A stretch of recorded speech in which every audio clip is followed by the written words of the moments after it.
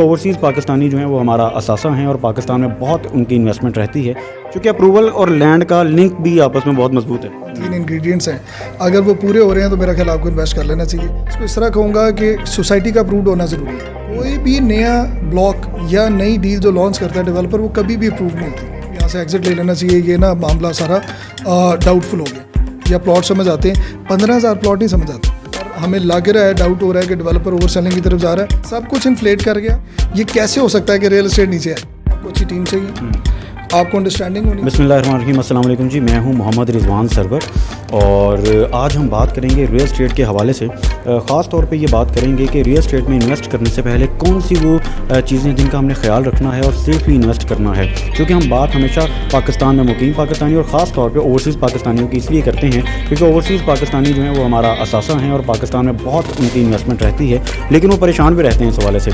तो इस पर बात करने के लिए कि आप सेफली इन्वेस्ट कैसे कर सकते हैं, हमारे साथ इंतहाई मोतबर शख्सियत मौजूद हैं, जनाब खालिद खान साहब, जो कि CEO हैं समिट स्टेट के। समिट स्टेट पे लोग बहुत भरोसा करते हैं, वो क्यों करते हैं, उनका क्या बिजनेस स्ट्रेटजी है, इस पर भी बात करेंगे। खालिद भाई अस्सलाम वालेकुम। वालेकुम सलाम। कैसे हैं? ठीक हैं? अल्लाह के शुक्र। खालिद भाई, क्या कहेंगे कि इन्वेस्टमेंट करने से पहले वो कौन सी ऐसी चीज़ें हैं जिनका ख़ास तौर पे हमने ख्याल रखना है?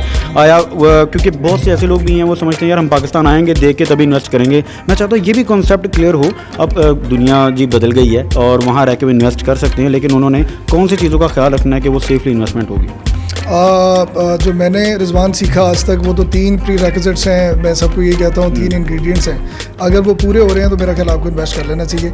जिसमें नंबर 1 ये है कि हम जो ग्रुप जिसके साथ इन्वेस्टमेंट करना चाह रहे हैं, हमें ये बिल्कुल उसकी रिसर्च हमें करनी चाहिए कि वो ग्रुप जो है वो रिसोर्सफुल है कि नहीं। ग्रुप रिसोर्सफुल होना चाहिए, ग्रुप की स्टैंडिंग होनी चाहिए। मैं तो ये कहूँगा कि बेस्ट केस सिनेरियो है कि उसने 1-2 प्रोजेक्ट्स ऑलरेडी डिलीवर किए हैं, ठीक है। तो ग्रुप रिसोर्सफुल होना बहुत ज़रूरी है। सेकेंड इंग्रेडिएंट जो है वो है लैंड की अवेलेबिलिटी, कि हम अगर इधर हाई राइज फ्लैट्स में इन्वेस्ट कर रहे हैं, कल को जो रेजिडेंशियल को एक्टिविटी जैसा या अदरवाइज वर्टिकल हो या हॉरिजॉन्टल हो, लैंड की अवेलेबिलिटी को मेक श्योर करना कि जी हमें अपनी पूरी रिसर्च करनी चाहिए, जितनी मैक्सिमम लेवल पे कर सकते हैं कि लैंड डेवलपर के पास अवेलेबल है या नहीं।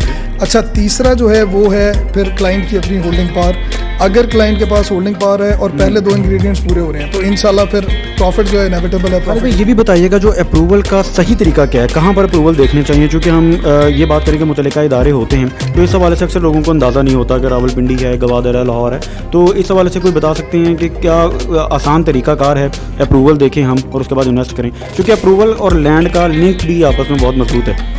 अच्छा, ये क्वेश्चन थोड़ा सा ये ट्रिकी हो जाता है जो आपने एंड पे बात की। नॉर्मली तो अथॉरिटीज़ बनी हुई हैं, जैसे लाहौर में LDA, रावलपिंडी में RDA होगा, कराची में KDA है, गवादर में GDA, तो उनकी वेबसाइट्स पे बड़ा अच्छा सिस्टम बन गया। वो सोशल मीडिया और वो दौर आपको पता है सारा जैसा चेंज हो रहा है, तो हम कम से कम एक्सेस कर सकते हैं। मैं इसको इस तरह कहूँगा कि सोसाइटी का अप्रूव्ड होना ज़रूरी है। फ़र्ज़ करें एक सोसाइटी अप्रूव्ड है जिसके 500 के नाल अप्रूव्ड शो हो रहे हैं, अच्छा उसने जो बेचा नज़र आ रहा है और जो बिल्ड हुआ हुआ है वो तकरीबन है 2000 के नाल। फ़र्ज़ करें हम जैसा बैरियर टाउन को देखें तो अप्रूवल्स कम है, लेकिन डेवलपमेंट बहुत ज़्यादा है। तो हमें क्या देखना है, जो मैंने आपको पहले बात की, एक तो आपको ये देखना चाहिए कि सोसाइटी एटलीस्ट अप्रूव्ड है कि नहीं।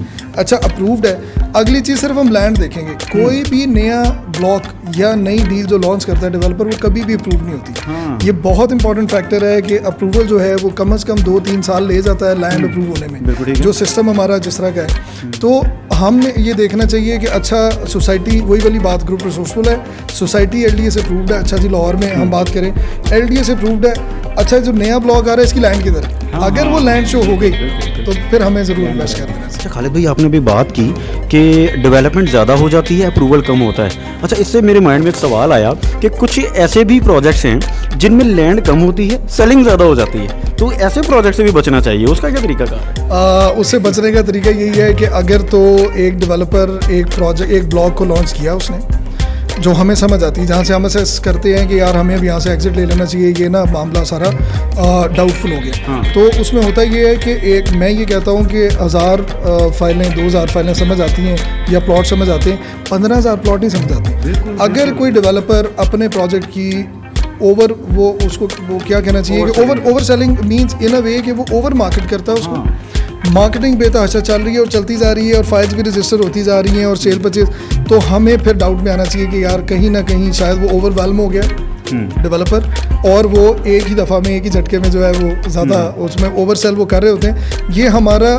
मार्केट के साथ जुड़े रहना, अपने रियल्टर्स के साथ अलाइन रहना, रियल्टर्स गाइड करते हैं नॉर्मली कि यार हमें लग रहा है, डाउट हो रहा है कि डेवलपर ओवर सेलिंग की तरफ जा रहा है, लिहाजा इसमें से एग्जिट लेना। एग्जैक्टली, यानी रियल्टर्स की भी बहुत जिम्मेदारी बढ़ जाती है नाज़रीन इसमें। जो लोग इस तरह से मार्केट कर रहे हैं प्रोजेक्ट को, उनकी जिम्मेदारी इनफैक्ट बढ़ जाती है कि वो अपने क्लाइंट को एक तो डिलीवर जो प्रोजेक्ट हो रहे हैं उनके वाले से अपडेट भी रखें। खालिद भाई क्या कहेंगे, सजेशन क्या देंगे, चूँकि आने वाले वक्त में रियल स्टेट इंशाल्लाह उरूज पे ही है। रियल स्टेट का बिजनेस पाकिस्तान में ऐसा ही है जो हमने हमेशा ऊपर जाता देखा है, अगर तो ऑथेंटिक प्रोजेक्ट्स हों। तो वो लोग जो घबरा जाते हैं, यानी कोरोना आया तभी लोग घबरा गए, लेकिन जिन्होंने होल्ड रखी अपनी प्रॉपर्टी वो बहुत ऊपर चले गए। तो इस हवाले से क्या कहेंगे, अभी जो प्रॉब्लम चल रही है थोड़ा बहुत, जैसे डॉलर का भी इशू हुआ, तो ये टैक्स पॉलिसीज़ भी चेंज हुई, तो अभी क्या सजेशन है ऐसे लोगों के लिए जो इन्वेस्टमेंट करते हैं या इन्वेस्टर्स हज़रात के लिए? मैं ये कहूँगा कि हाई बाइंग टाइम है। अच्छा, मैं उल्टा कहूँगा, मैं बिल्कुल वो कॉन्ट्ररी उसके बात करूँगा जो आपने बात की। ये बाइंग टाइम है। देखें, सब कुछ इन्फ्लेट कर गया, पेट्रोल भी कर गया, आपकी प्रोडक्ट्स भी सारी कर गई, कमोडिटीज़ कर गई, गाड़ियाँ कर गई।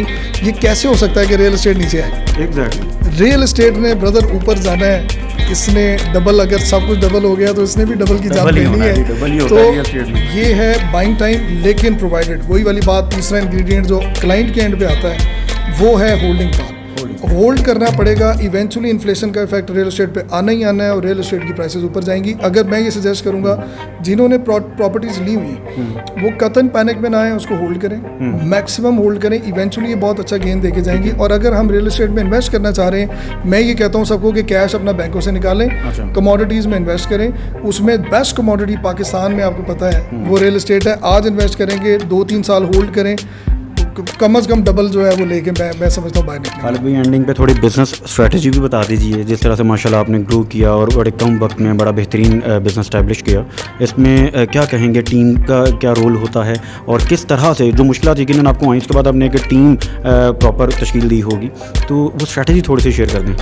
ब्रदर, स्ट्रेटजी में सबसे इंपॉर्टेंट चीज़ ये है कि आपको बिज़नेस की अंडरस्टैंडिंग होनी चाहिए। ठीक है, सबसे इंपॉर्टेंट। अगर आपको पता है कि बिज़नेस रन कैसे होता है, बेसिकली लोगों की अंडरस्टैंडिंग वीक होती है। मुझे लगता है अल्लाह का शुक्र हमें थोड़ी सी वो समझ अल्लाह ने दी। तो अंडरस्टैंडिंग अगर क्लियर है तो आपको स्टेप बाय स्टेप चलना चाहिए। मेरी ये सजेशन है सारे रियल्टर्स को, हर तरह के बिजनेसमैन को, कि स्टेप बाय स्टेप चलें। ओवरनाइट नहीं होता, ओवरनाइट ना करें, स्टेप बाय स्टेप चलें। एक स्टेप अगर आप ऊपर गए हैं तो वहाँ पर आपको सस्टेन करना आना चाहिए। वहाँ पर हमने बेसिकली ओवरनाइट तो टीम्स बिल्ड नहीं की। अल्हम्दुलिल्लाह हमारे 5-6 ऑफिसेज हैं इस वक्त लाहौर में, वो सारे हमने ओवरनाइट बिल्ड नहीं किए, हमने 6 साल के अरसे में किए। आप ये कह लें हम तो लकी रहे चलें, हर साल हमें अल्लाह ने एक ऑफिस दे दिया। लेकिन जब तक टीम है, और हमने छोड़ा बहुत कुछ है, हम इसीलिए क्योंकि हमें जब तक अच्छी टीम नहीं मिलेगी हम फर्दर आगे अब स्टेप्स नहीं लेंगे। तो ये टीम एफर्ट है। कोई भी बिजनेस अगर ग्रो करना है आपको अच्छी टीम चाहिए, आपको अंडरस्टैंडिंग होनी चाहिए और आप में पेशेंस होना चाहिए, स्टेप बाय स्टेप चलना चाहिए। थैंक यू खालिद भाई। ये थे खालिद खान साहब जो कि CEO हैं समिट स्टेट के। उन्होंने बिजनेस स्ट्रेटजी की भी बात की। उन्होंने ये भी बात की कि अगर आप पाकिस्तान में रहते हैं या पाकिस्तान से बाहर रहते हैं, आप इन्वेस्टमेंट सेफली और बिल्कुल पुरसुकून होकर ट्रस्ट करके कर सकते हैं और उसमें से गेन भी हासिल कर सकते हैं, जिसको हम रिटर्न ऑफ इन्वेस्टमेंट कहते हैं। लेकिन आपने ख्याल रखना है उन चीज़ों का जो कि खालिद भाई ने बताई, लैंड ओनरशिप और अप्रूवल पॉइंट ऑफ व्यू से खास तौर पर। आप सबकी समातों का शुक्रिया और अगले प्रोग्राम तक के लिए इजाज़त दीजिए। अल्लाह हाफ़िज़।